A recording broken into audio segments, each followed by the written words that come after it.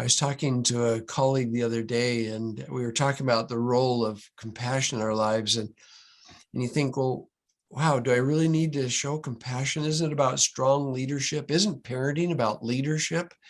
And I would say if we want children who have compassion, then we absolutely must show compassion.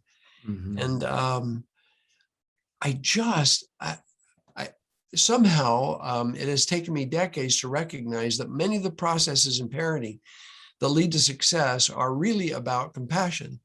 They're really about trying to really understand the other person's feelings. And, for instance, let's take Haim Ginat's Between Parent and Child. He really tells story after story after story about how when a parent really understands what the child's feeling and what's happening in their lives, it just changes everything. It softens the relationship, and we don't do that automatically, do we? It just doesn't come automatically. It's something that takes real effort and awareness to be able to do that. Yeah, and it's even more remarkable when you do it for a little person who really is pretty defenseless and has no power and really can't do anything for you, right?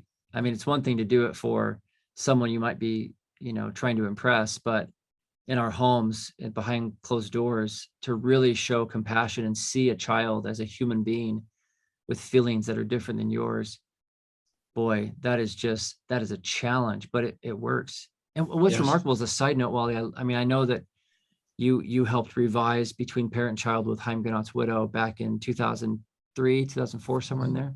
Yes. And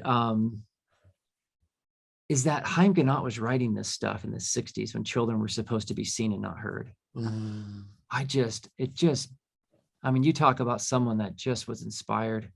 He was so counterculture. Yeah. Jeff, one of the great revelations for me is I was interviewing his widow, Alice, and I said, Alice, why is it that this was so important to Haim? And she looked at me like I was an alien. I mean, just like I was maybe the dumbest person on the planet. And she said, Wally, don't you get it? She said his mother could never do this for him. And it became the cry of his soul to understand. If he would ever say to his mother, I think I would like this, and she'd say, no, that's not what you want. What you want is this. And so having experienced that across his childhood, he then dedicated his life and his career to teaching all of us how to have compassion.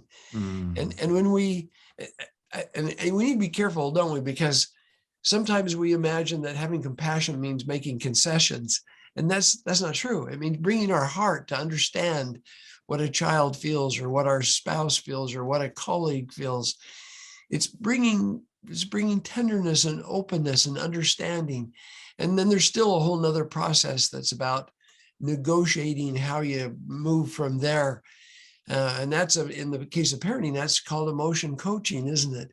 Mm-hmm. Where we acknowledge the feeling and we describe it and we talk about it, and we bring our hearts as an offering to the child and to their experience. And when we do, it changes everything. Just as Jesus himself brought his compassion to change the world. And to the extent we embrace and accept his compassion, we are changed. Thanks for stopping by and watching this little clip of my podcast interview. If you want to catch the full episode with this guest, you can click on the link below. It'll take you to my podcast and you can listen to the whole thing. Once again, I appreciate your support. I've got lots of other episodes you can check out as well, and I'd love to hear what you think about it.